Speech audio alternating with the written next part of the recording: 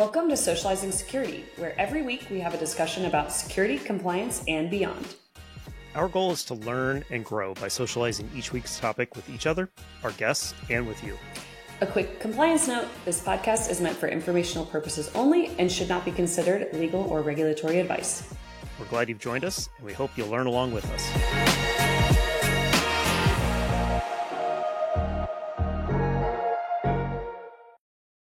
And we're back for another episode of Socializing Security. I'm looking forward to our conversation today because I think a lot of what's been going on with Brian and I is that 2025 has started with a bit of a bang. I feel like every time we meet, we're like, next week will be better. And it hasn't been that way for me. I don't know, Brian, if you feel that way too, if it's just been 2025 has just started with a bang. It's been an interesting start to the year for sure. 2024 was a banger of a year by itself. So it's just kind of been continuing for me in a lot of ways. We'll see how things go. It could be good. It could be bad. I think maybe we'll talk about the future maybe in a future episode, but I think today we really want to kind of reflect on the year that was. It's not been quite a year of episodes for all of you, but it has been a year of working on this for us. Not a lot of behind the curtains type stuff, but we definitely want to talk about 2024, and it's good to reflect back and use that as a way to think about the future. Well, and just as a quick reminder for our listeners that are just tuning in or watching us on YouTube or whatever, wherever you're consuming your content, this podcast, Socializing Security, started because of a LinkedIn thread. As Brian and I were getting fired up on, actually, I believe it was an article about CISO personal liability. And we were going back and forth, and a former colleague of mine, who's like a colleague of both of us, came back and said, I would listen to the heck out of your podcast. And just a reminder, that's where this started from. So like intentions have always been to just keep it fun and light and really enjoy talking to one another. And even better when we get to bring on amazing speakers. I'm so excited about the caliber of talent that we've had already. And I'm looking forward to the conversations that we're planning for 2025 so far. Just like, I'm super pumped. I don't want to be cliche and be like, 2024, the year of socializing security, but like it was our founding year and it was a big year for that. And so like, I do have to say that like selfishly, I'm really proud of us for doing that. We've learned a lot, I think. Yeah, both on doing podcasts, on having regular cadences with things that are not work and are not strictly personal. We've both had challenges on fitting this in to maintain consistency. And we've mostly been successful. But also on just the learning about security, to learning about compliance, to learning about privacy. IT, cyber, so many different things. And also like a lot of product marketing conversations and sales. And I can't think of a topic we really haven't covered. And I'm also like, you and I still aren't struggling coming up with the next topic. We really still haven't had a week that we're like, we don't know what to talk about. We're like, well, this was in the news, or I did this cool thing at work, or this vendor said this thing. Like I'm having zero issues still coming up with ideas for what I want to talk to you about or our speakers. So like things are looking good for 2025 for the pod. Yeah. I think we still have the same level of energy to keep doing these. I think maybe there's a little bit of it's becoming work going on, but that's okay. Like they're growing pains. I think we're starting to get ready to outsource maybe even. Yeah. And that's, we've always been kind of conscious of we need to define what we want it to be. And once we've defined what we want it to be, then we potentially can outsource, bring in others to help us do. We also just like care about it so much that you and I both have this problem. Like I'll say I'm a perfectionist. I think you are too. So like, yes, we care about it so much, but like we digress. This isn't an episode about the podcast. So 2024 year in review. I want to take some time and look back before we really are like, okay, for 2025, we're doing this, this, and this. We've already kicked off with talking to a really large partner, which was super excited for the year. But like for 2024, before it's just like done and dusted, I would really like to talk about a couple different things, and I have some fun questions. One of the things that I spent my New Year's thinking about was like, what was my favorite use case of generative AI? And I'm going to say AI again for those that are listening, because I'm sure you're sick of it. And Brian, I know you definitely are, because we definitely had a phase where towards the beginning, it felt like every conversation we were having was about AI. But it was because, again, artificial intelligence has been around for a long time. We've talked about that on previous episodes. I do think that 2023, 2024 was definitely the boom of generative AI, right? Like ChatGPT, and it's just like launch into fame. For me, it will still be 2024. I know it was around before then, but like towards the end of 2023 into 2024, everybody was talking about it. Like that's where we started the year out, for me at least, like with my colleagues and peers. Yeah, and it's something that has become a part of official work streams in 2024, which is, when things get real because people are starting to pay to use it. I wouldn't say I'm any more of a fan of generative AI at this point. I still have a lot of the same concerns that we talked about back in 24. And nothing has helped to alleviate those concerns when it comes to me. More concerns, actually. So I think I was more optimistic at the beginning of 2024, from like a security perspective for generative AI. And now I think we're not fear-mongering on this episode. We're really not. We're trying to be like light and airy, but realistic. I'm still scared. I'm still scared. Yeah. And I would say I've pivoted less. I would say I've pivoted away from the Terminator kind of fear to more of just, there is no real good use case to justify the costs. Okay. And the costs being environmental, the amount of electricity it uses, the amount of cooling it needs, privacy, the amount of water, the privacy, the implications to society, regulatory. I mean, there's no lack of concerns. I won't necessarily say issues, because there are things we could potentially overcome, but I don't feel like we're overcoming them. I don't feel like we're having the conversation. It's more of a conversation of how can we most use it? How can we do more with it?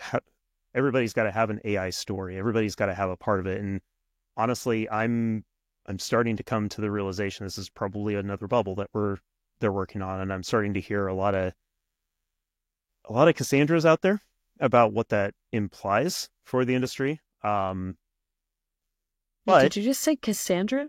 Yeah. Like, what is that? People who are really afraid of something, that are just freaking out about doom and gloom type scenarios. Like doomsday type scenarios. Got it. Like doomsday. Yeah. And so I don't want to go into that, because that's not what this episode is about. It's not what that's about. And I'm not sure that I fully have formed my opinions or all of the intricacies of it. But I do believe that it is a situation where it is overhyped, for sure. That we need to, as a society, do a bit more to understand the implications and decide if it's really something that we want to continue pushing. Yeah.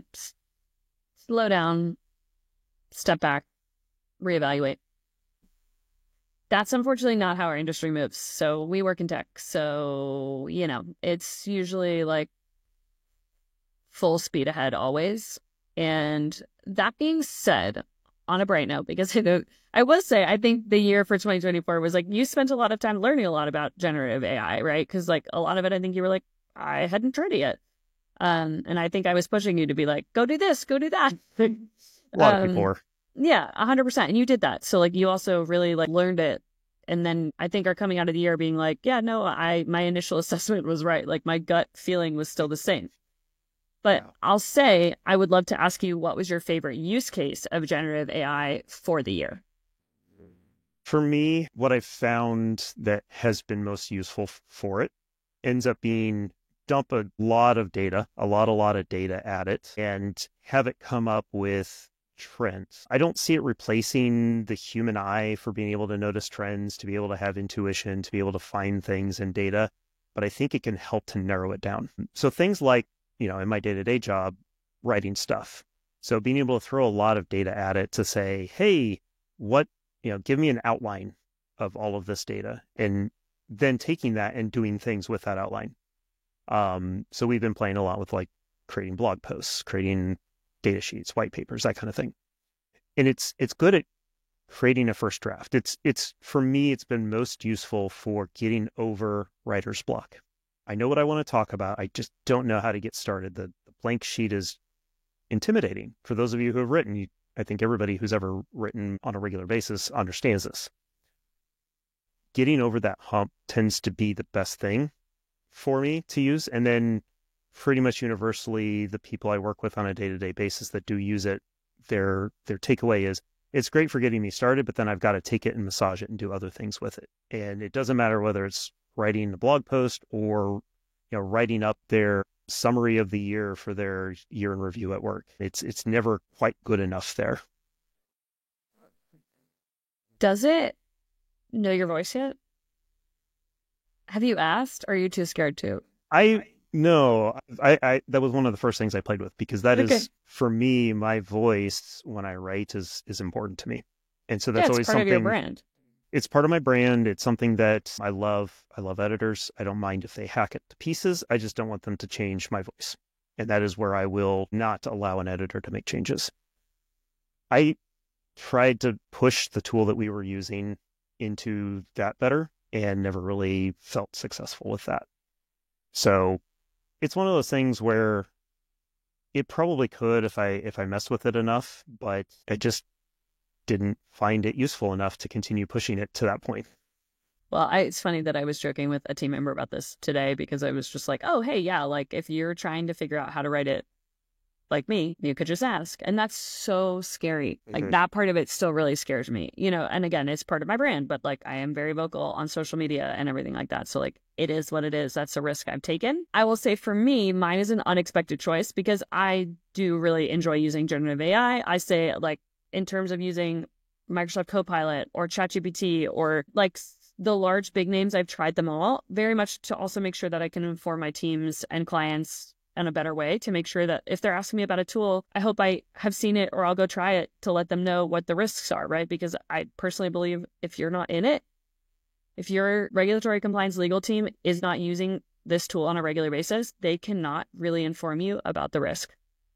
Because there's something to be said about understanding what the security practices are. 100%, that's like one thing, but also how quickly and how easy it is to suddenly put confidential information and corporate data into a tool. Until you see it, I don't think people understand. And so like same thing with like code repositories and like some of the secret sauce, right? The things that people don't get access to the second that they're like, hey, I no longer want to work here, right? We are putting those things into large data models and training them on that. And like, that's concerning. And so I will say like, my big recommendation for generative AI for last year, and it continues to be so, is like, if you are one of the team members from like a compliance, legal, regulatory, security, IT aspect of things, make sure that you do a demo, right? Before you say no or yes, like make sure you actually be like, I need to see the product to understand what it's doing.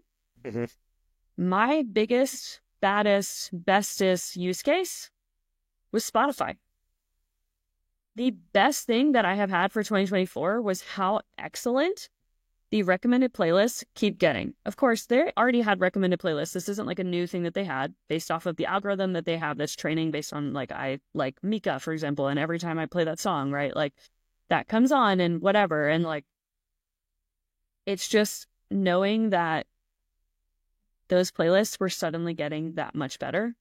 That suddenly it was like, oh my God, I haven't heard this song in 10 years and I love this song. That wasn't like, that algorithm wasn't doing that because I wasn't listening to that music, right? Now suddenly it's training because they're like, hey, somebody who's like Milu and has the same profile on Spotify likes these songs. So like maybe she would also like these songs. And suddenly I was getting the best recommendations, like the Spotify, whatever, I don't know what they call it. I really need to look it up because like I'm a big fangirl like of whoever the generative AI tool team that they're doing, whatever they're calling it, the Spotify team.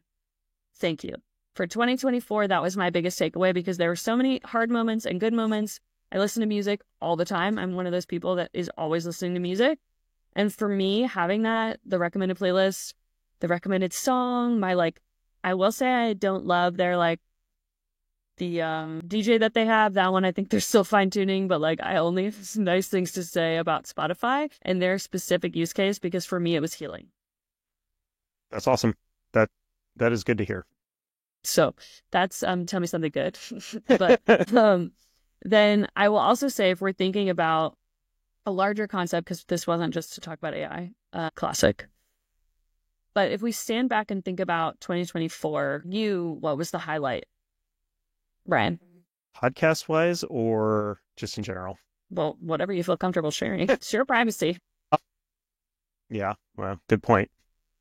I mean, just the conversations in general that we've had on the podcast, that I've had at work, that I've had even within friend groups that are mostly IT folk, the refining of ideas around privacy and the fact that, forgive the phrase, the normies are talking about privacy more and more because we are, there's the aspect of, do we really have privacy anymore? The question that you ask at the end of every interview. Which I love, and I'm we'll talk about that. Do we need to switch it? But it's good. I've loved all those different answers. Those have impacted how I talk to non-IT people, non-security people, because those perspectives help me to understand how other people think about it. And I've already known that, a lot of family members, they don't think about it at all. Until their credit card gets stolen, they don't think about it at all. And right now, the news is so inundated with the stories of it. Everyone's gotten at least one of those emails that, hey, you get identity protection. We'll help you identify when somebody steals it. Nobody's helping you to prevent it from getting stolen, because we could talk about our society and how, penny of prevention, pound of cure type stuff. But the fact that people are aware of it is listening. The first step. Yeah. Just knowing that is a problem. I may not understand how it is a problem. I may not understand why it's a problem. I may not understand the implications of the problem, but at least now we have that base where we can say, you realize your credit cards could be stolen, your social security number could be stolen, people could do all sorts of things as you. That opens their eyes. And that is the first step of moving forward on those types of things. So I've been, to take a negative and turn it into a positive, people are starting to open their eyes and see what's going on there. I really love that perspective, and I second it for sure. And I agree with it, because I'm definitely, because of the job that I have, when people understand what I do, which I think most people still don't understand what I do for work, and that's totally okay. I wear many hats. It's confusing. But story of my life. This is, yes, 100%. We both have this. Suddenly, when my friends are like, oh, right, like you're a cybersecurity lawyer, or like, oh, yeah, you like manage compliance programs for technology companies, or like, oh, you do security, like whatever, you manage IT. It's suddenly like, they're like, oh, yeah, like, what do you think about the TikTok ban? Or what did you think about XYZ thing in the news? Or, oh, did you see this data breach? Like, I'm suddenly noticing people are in my close community are asking more questions to me as like, hey, Milu, you have a podcast about this. Or like, oh, I kind of, and again, I've been talking about stuff like this forever. So this stuff isn't new. It's suddenly I'm getting phone calls from my parents being like, hey, what was that password manager that you really love? Like, who is that? It's 1Pass. They need to join. I need them to come onto the podcast. I'm a really big fan. It's 1Password, the one I recommend. There are other good ones too, but that's the one I love. And, they're calling and are like, hey, what was that again? Like, we want to do that. And so they're listening and they're hearing what I'm saying, which is exciting, because we've definitely had guests come onto the podcast that seem tired, because they're like, yes, we've been talking about these security risks for over 10 or 15 years, and now it keeps getting worse. And we're like, it's kind of like we're just watching a train wreck happen, and we've just all kind of been like, well, we've done the best that we can. And that's kind of like what 2024 felt, especially with the generative AI boom, because so many compliance, security, privacy, legal, IT, cyber, all of the experts were like, we've been warning you about this. Nobody was taking us seriously, and now it's here. We can't contain it, and it's really scary. What about you? What was your highlight? I'm going to go sentimental. But my relationship with you, Brian, is the thing that I'm the most grateful for this year on this podcast. I'm very grateful for my friends and family and the things that I love to do in my free time. But this podcast and getting to spend time with you, also in the pre-recording, the post-recording, my friendship with you is one of the biggest things that I'm very grateful for the year. And I know you feel the same way. I chose not to pick that one, but I left the one for you. Thanks. Well, we didn't want to be like the pod. I mean, again, we're really enjoying what we're doing with the podcast, but also like sometimes I do regret and wish that we could record the pre and post, but like we speak freely there. So it's a little different when we're being recorded and trying our best to present publicly. I think also we've learned a lot this year, which I'm super grateful for, of getting the opportunity to, what I've been saying, network with really, really cool, smart people, and recording that and sharing it with the internet and sharing it with the public. has been great for me. Also, I feel like I'm learning better public speaking tactics and also learning to listen better and understand different topics that suddenly I'm getting connected to people that I wouldn't have dreamed of being connected to just because we're doing this and we're doing it for fun. Yeah, definitely. It's always an interesting experience trying. I mean, it's not new for me because I've done podcasts in the past, but it's always interesting to see how it affects other things in your life. So it's one of those things where, you know, you've got to have the dedication, you've got to keep on it. You can't, you know, I just don't feel like doing it this week. And that's fine. You can do that.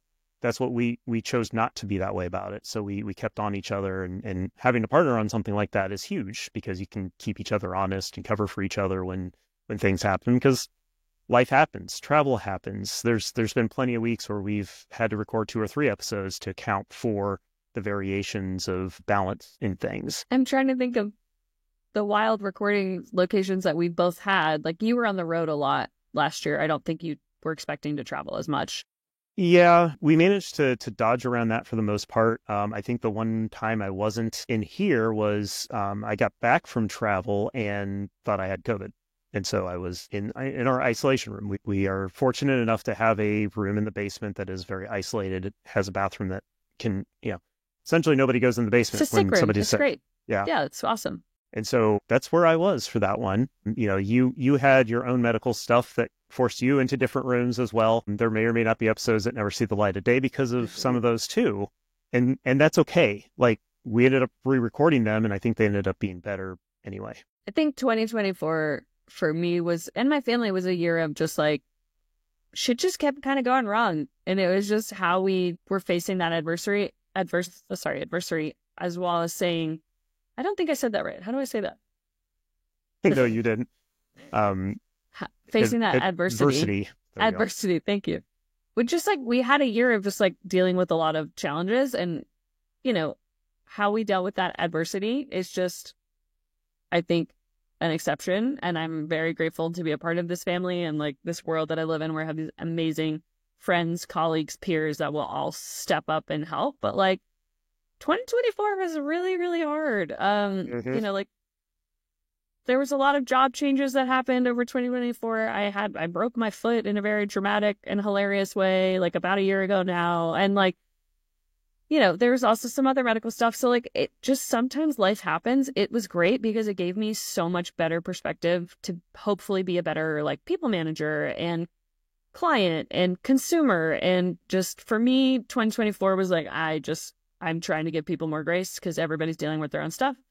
And especially with like the stuff that we talk about sometimes, like, it's work at the end of the day. Like, you and I keep trying to make sure that we're keeping socializing security in the podcast really fun and light, because we don't want it to feel like work. This is a hobby for us. We really enjoy it. And we do a lot to make sure that we're trying our best to not make it feel like work. But like, also, thank you for stepping up when I've really needed help and support, because you've been there for me a lot this year. And so I'm very grateful for that. And the same back at you, because we both had our issues this year or this last year. And yeah, I mean, those are the times when you find out who your real friends are. I've been big on teaching my kids, you know, not everybody, you know, friend is not a single category, it is a spectrum of categories. And you can have a friend that isn't going to be there for you on the worst day, and that's okay. Just realize that they're in that category of friend. Meanwhile, you're going to have those friends that if you even mention needing help, they show up unannounced, without any warning, without any prompt whatsoever. Those are hard to find, but you keep them close. Yeah. And it's all a balance in life. You know, some people they're happier when they have many shallow relationships. And I don't say shallow is a negative thing. Fair weather is what I like to call it. That has its negative connotations too. I don't mean it that way. It really is, you know, I have a lot of colleagues in the industry that I enjoy spending time with, but I wouldn't necessarily call them up when I was stuck on the side of the road and it needed a tire change. So, you know, those are the moments, those are the crucibles that we figure out those relationships, and sometimes they bring disappointment, but generally I try to be, I'm generally not a positive person, but in those moments of crisis, those are, to me, if I can have a good story, if I can help somebody else that comes behind me. And that's what a lot of 2024 honestly kind of felt like, was a lot of lessons I needed to learn so that I could help others that were going to have something similar. And that goes back into 2023 when I got laid off, and, then all of a sudden everybody was getting laid off, and it's like, all of a sudden it was super popular, and I felt like I was starting a trend or something.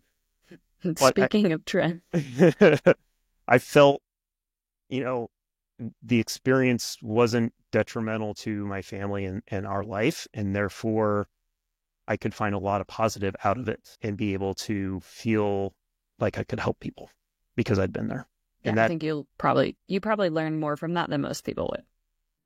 I tried to, and that's how I deal with adversity like that, is to try to learn lessons from it that can become positive either for myself and the other people that are going through it with me, or to others that may ever encounter a situation similar to that. Because that's the root of really helping people, is empathy. And if you can connect with them at that level, then it becomes a lot easier to help them.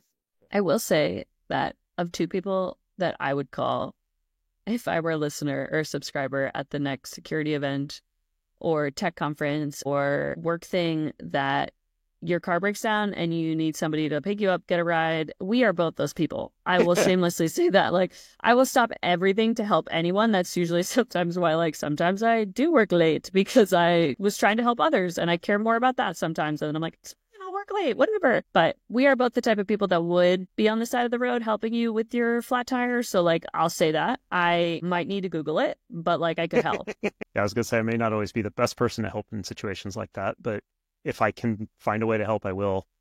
Yes, for sure. Okay, you started getting us towards trends. You said that sexy word that I feel like we love in our industry. So if we're thinking about your favorite trend of the year, we talked about many. There were definitely different threads that we've had. And I think we've used that word intentionally because a lot of our episodes, they tie together with ways that I don't even think you and I could ever even explain. No. Because we're having a conversation with one amazing superstar, and then the next week I'm like, oh my gosh, this is the same thing that so-and-so was thinking. And then I'm like, wait, I'm getting distracted while I'm listening to the conversation because they're so interconnected. So I have to force myself to focus. But when we're thinking about trend analysis and your favorite trend of the year, what was yours? So many to choose from. I'm going to go with the soft skills and diversity, and how many people call that out as a critical skill set that they, in some cases, straight up hire for.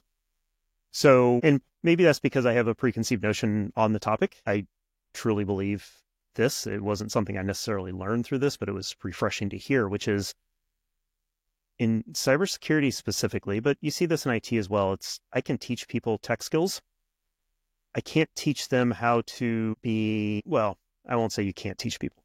You can teach people, but it's harder to teach people how to be analytical, how to look at things from multiple perspectives, to be able to, get out of your shoes and into somebody else's shoes and think about it differently. Having a natural curiosity that causes you to just keep digging, dig, to be able to say, or to be smart enough to say, I can't focus on this thing anymore because I've just gotten too close to it. Put it on the shelf, go work on something else, come back to this a week, 2 weeks, a month later, whatever, dig into it again, and all of a sudden it's hitting. I find this when I do puzzles. I've become a big puzzle person just as a way to keep your brain fresh. Puzzles. Yeah, I mean, highly recommend it, especially if you got dementia that runs in your family by any chance. It's a proven tool to keep your mind sharp. And what I find is if I'm doing a puzzle and I just get so stuck, I'm like, once I start getting frustrated with it, I'm like, okay, time to move on to something else. For sure. Come back to this, and within 10 seconds, I've finished the puzzle. And it's that fresh perspective matters within a person, but having that diversity on the team of people that think differently, people that have different experiences, people that, if I'm going to do threat hunting as one of our recent conversations, having somebody that knows code really well, but also somebody that knows psychology really well, and also somebody that knows networking really well. And you bring those people together, one person may not be able to see it in the code, but another person may be able to. Or another person may be able to ask the question that prompts the person that knows the code to be like, wait a second. Yeah, it's right here. I love collaboration. That is one of my favorite things. It's one of the reasons I really enjoy marketing, is the collaboration of, let's work out a message. What are the things that this product does? Let's figure out what the benefits are to the company, to the customers. And now we need to up-level it and create a structure of here's the 3 things you need to know. and then the next level, and the next level, and the next level, till you get to the point where you're talking about the nerdy technical stuff. Having conversations at every one of those levels I love, because there's different experiences with the people I get to talk to in all those. Like at one level, I'm talking to the developers that created the product, and another, I'm talking to people that have no idea how technology works, but they know how to communicate really, really well. And that's a lot of fun for me. How about you? What was your favorite trend of the year? I think there were so many. I loved the back to basics thread. And I know that this was on your list of your favorite trends too. And I think it's because it resonated so well with us, because also it's one of the things that when I'm building programs from the ground up, whether that's a compliance, security, IT, privacy, whatever it is, you always start with one of the rules, right? Like I love to follow the rules. That's part of my job. I'm a lawyer, but like I love to follow the rules. That's why I fell into compliance, because I went to law school and I fell in love with the rules and how we did them in a creative way in compliance. And that was why for me, I was like, oh, it's not just black and white, it's gray. And I love that because I get to be creative with the rules. But for me, right, the first thing I do when I'm preparing for any type of InfoSec, privacy, whatever type of audit is first like, what did we sign up for? What did we agree to? What's the standard, right? What are the basic rules that we have to do on a day-to-day? And like, what are the things that we need to do? And then let's go from there. And then what can we do with our existing organization to build it for what works for the company? So I don't build programs that just follow the rules. That's not my ethos. It's never been my mindset. I'm not the person to check the box. I will check the box, but we'll do it in a fun, splashy, culturally awesome way to just make sure that we're actually like building a culture around security. And so one of the trends for a lot of conversations we had was like, okay, the first thing we're going to do is set up an asset inventory. We're going to set up a data inventory. We're going to set up a vendor list. And I'm like, oh, this is so validating for me, because this is always when I join a new company and I come in, I'm like, all right, who are we using? What systems do we use? Where's the data? Like, I'm just like, let me ask the baseline, like easy questions while I'm onboarding. And if they can't answer those questions, I'm like, cool. Red flag. Let's fix those things first. Because I can't do the really complicated, super complex security questions if like, we have no idea where our assets are or what they are or where our sensitive data is. And I think we had that conversation with so many superstars, like so many stellar cyber folks that were like, yeah, like most companies don't know what they have. And we've been telling them that they need to know that. And then, oh, also like if you want to do access management really well, you better know who has access to your systems. What are your systems? Like it just kept coming back that I was like, this is still valuable. And it's still how to build a program from scratch. It's just start with the basics and grow from there. Yeah, I think we will definitely do a lot more episodes focused on the fundamentals, because again, part of our goal here is to make this approachable to people, to make it so that they can come into this part of the industry with, you know, maybe no knowledge of how security works. You got to know what the basics are. And, you know, while we're not creating a course, we should. I've done that in the past. That is one of the myriad things that has interested me at different times. It might help us monetize this so that we can continue to do it on a regular basis. But maybe we need to start making compliance videos that people can buy and show to their entire company. This is such a great idea. I love this. We should keep this private. But yes, that might be an edit point. But I would say when we're, our focus on getting back to basics and all that was just like really good for me. It was very validating. It honestly, again, like it just reminded me to being like, okay, my approach is still working, even though the technology is changing super rapidly and the things that are risks to companies is changing very, very fast. The fundamentals are the same. The risk is a little bit broader, I would say, because our threat landscape just keeps getting big.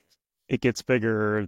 The ingenuity in the environment continues to be healthy, which means that it's probably an exponential. I've never done the math, but probably an exponential type of thing, because as the attack surface grows and complexity grows and ingenuity grows, those all build on each other so that it becomes a bigger each year. You know, we've had conversations about that too, about how it's grown so extensively year over year.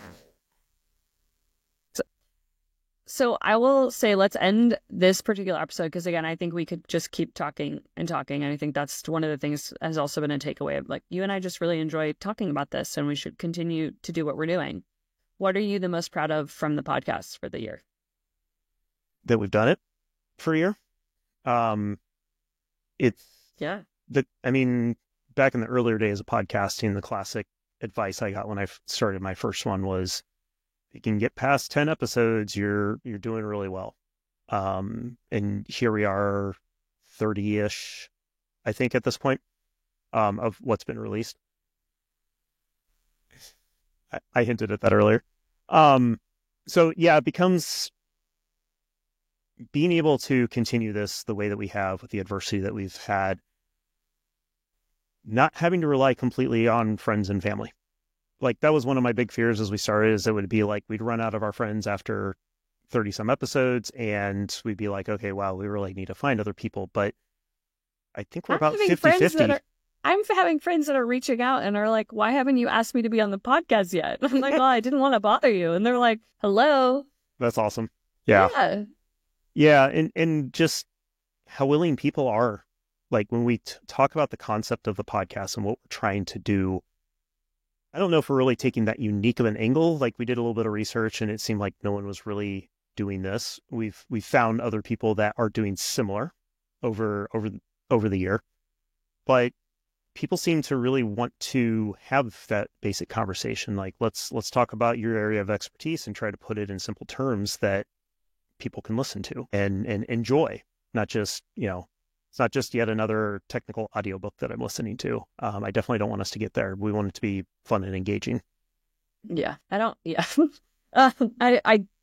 want this to feel like work. And I think we've said that a lot about being like, this should be fun for us. Again, it does benefit our work. I'm really proud of all of the things that I've learned from the people that we've spoken to, the topics that we've researched, the conversations that you and I have had. I have learned a lot. I'm really, really proud of the amount of growth I've had in terms of my personal career of just learning with you and with the podcast and with our speakers. And we always say that we're like, oh, thanks so much for learning with us. It's really because like you and I are absolutely subject matter experts, 100%. We are unicorns in both of our respective fields. We wear many, many hats. It makes it really fun for us to get to talk to different people because we have such unique perspective.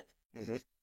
Also, though, I've learned so much, and I'm sure that I speak for both of us when you're like, yeah, I have too. No, definitely. I'm one of those lifelong learners. That is one of my top 5 strength finders was learner, and it was some others that reinforced it even more. I just like acquiring knowledge. I truly, it was one of those, I'm like, yep, that's me. It's not the joy of it is the act of learning, not necessarily what I do with it in the end. There's tons of things I've learned that I've never put into practice or used. I've probably forgotten a lot of it because I haven't used it. But I used to be one of those people in my 20s when I had the time to just disappear into the internet for hours and just read and read and read and read and read. Now, it's a little bit scarier of a place these days to just go down rabbit holes like that. And I have thoughts on social media and what it does to us in that regard. But yeah, just, I will never claim to be the most knowledgeable person. I never want to be the most knowledgeable person in the room because it means I have nothing to learn. All the responsibility ends up being on me to teach other people what I know. And I don't necessarily want to, I love teaching people what I know, but I don't think you'll ever feel that way though. No. And that's career advice. That's the way to really excel in your career, is to just constantly be hungry for the next thing. Don't let it it can be a detriment. It can be negative, but yeah, there's always something to learn. You can learn something from everybody. And like I said earlier, you can learn from adversity. And as long as I do that, I'm feeling pretty decent about myself. Absolutely. Well, per usual, we went over and it was wonderful and worth it. And I'm very grateful for what we're doing here. I think our next conversation is probably going to be looking ahead to 2025 and thinking about what we want to do next, as well as still reflecting on some of the amazing content that we had pulled together in 2024. So a lot of content coming and some really amazing speakers that we're bringing on. So I'm really excited for what's coming up for 2025. Plus, I'm just like curious where we're going to end this year because I have a feeling it's going to be a big one for us. Yeah, that's the goal. Hopefully making it a little bit more financially sustainable is the goal. So not that we're going to start begging for money by any stretch of imagination, but no. Yeah, it's a passion project, but passion projects can only last so long. So we want to make it a business, if you will. So Milu, I appreciate you. You too. Listeners, viewers, we appreciate you as well. Share with a friend, like, subscribe. We don't usually ask for the typical things on that, but yeah, help us grow. Help us. Invite us to your events, please. Yeah, we are both interested. We both enjoy travel. We both enjoy those types of gatherings. So again, it's learning opportunities. So yeah, we're open to creative things that we can do with this platform. Yeah. All right. Well, until next time. Take care, everybody.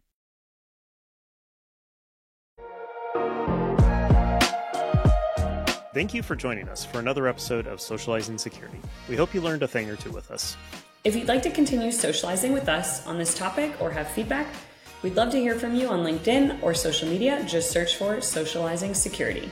Or you can email us at info@socializingsecurity.com. Until next time, stay social and stay secure.